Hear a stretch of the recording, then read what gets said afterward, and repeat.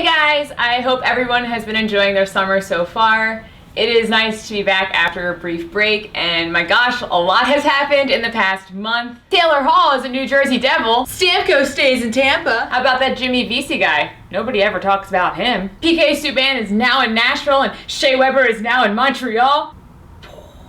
That PK Subban and Shea Weber trade still manages to take over my newsfeed at times. It will just not seem to go away. I think we're all going to be hearing a lot about that one as we go through the season. But all of that fun stuff aside, we have a lot of very exciting things going on looking forward. It's the Olympics! The Olympics started this week. We had the opening ceremony on Friday, even though we had some soccer that went on earlier in the week.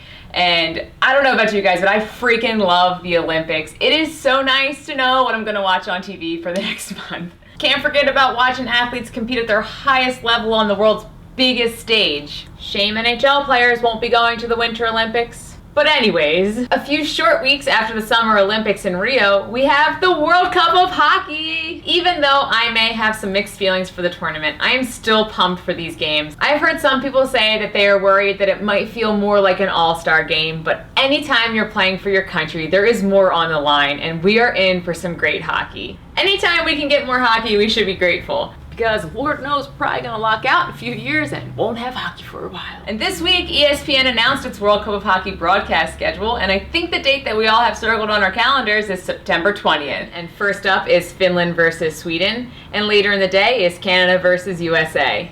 Both games on that day will be broadcast on ESPN. And yes, I do love the Canada versus USA game. I'm American, we get obnoxiously patriotic for these types of games. America! America! I believe that we will win. USA! USA! I just scared my dog. And we like to think that we can be the best at everything. But we all know that Team USA is probably gonna let me down.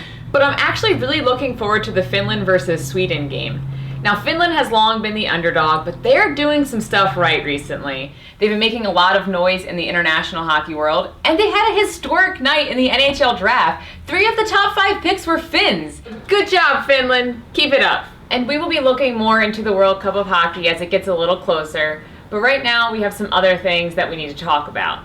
First, Landeskog's article in the Players Tribune, which was published a few days after Bettman's 24-page response to a Connecticut senator's inquiry regarding the long-term effects of concussions. Honestly, after reading Bettman's response, I'm frustrated.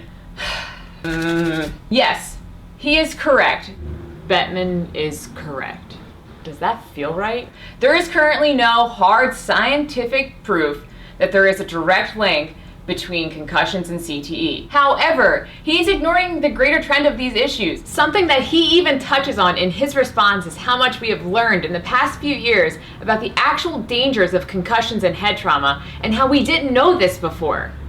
That is part of his argument. Essentially, it is like saying, but even though we are pretty sure that if we continue to research it, we're going to find out it is actually worse than we think, but we're just going to ignore that part and focus on how there is currently no direct scientific link, because we're being sued. Even if they never find a direct link to CTE, it is pretty clear that repeatedly slamming your head and bruising your brain is no good for it. Exactly how many lives is it worth?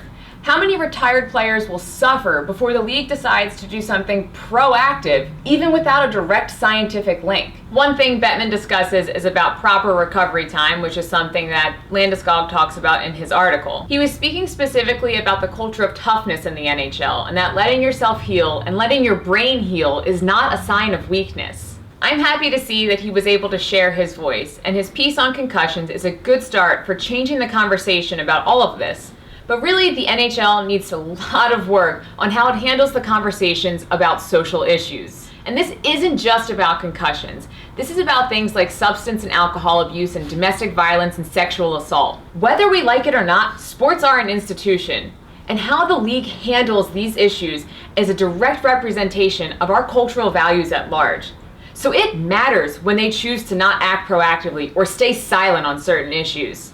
Which is why people were frustrated that the Buffalo Sabres had nothing to say but happy birthday to Evander Kane. And I'm not saying they can't say happy birthday to him, but when you say happy birthday and then when I scroll through the rest of your Twitter feed and I see nothing, not even mentioning anything else about this individual. I'm so confused as to how you can think that's okay. You mean to tell me it is that hard to type up a quick press release stating that you are aware of the situation and the nature of the charges, and while you take these very serious, you can have no further comment on active cases? Holy crap, that was so hard to do. You have the power to change the conversation, and yet you remain voiceless. You have a bigger voice than almost everybody else, and you choose not to say anything. That's why people are mad. That's why people care that you said happy birthday but didn't have a damn thing to say about anything else that's going on. So let's hope that the NHL can address these types of issues going forward. And thank you guys for watching. I hope you have enjoyed. If you have any thoughts on these topics or something that I missed, please let me know. But until next time, guys.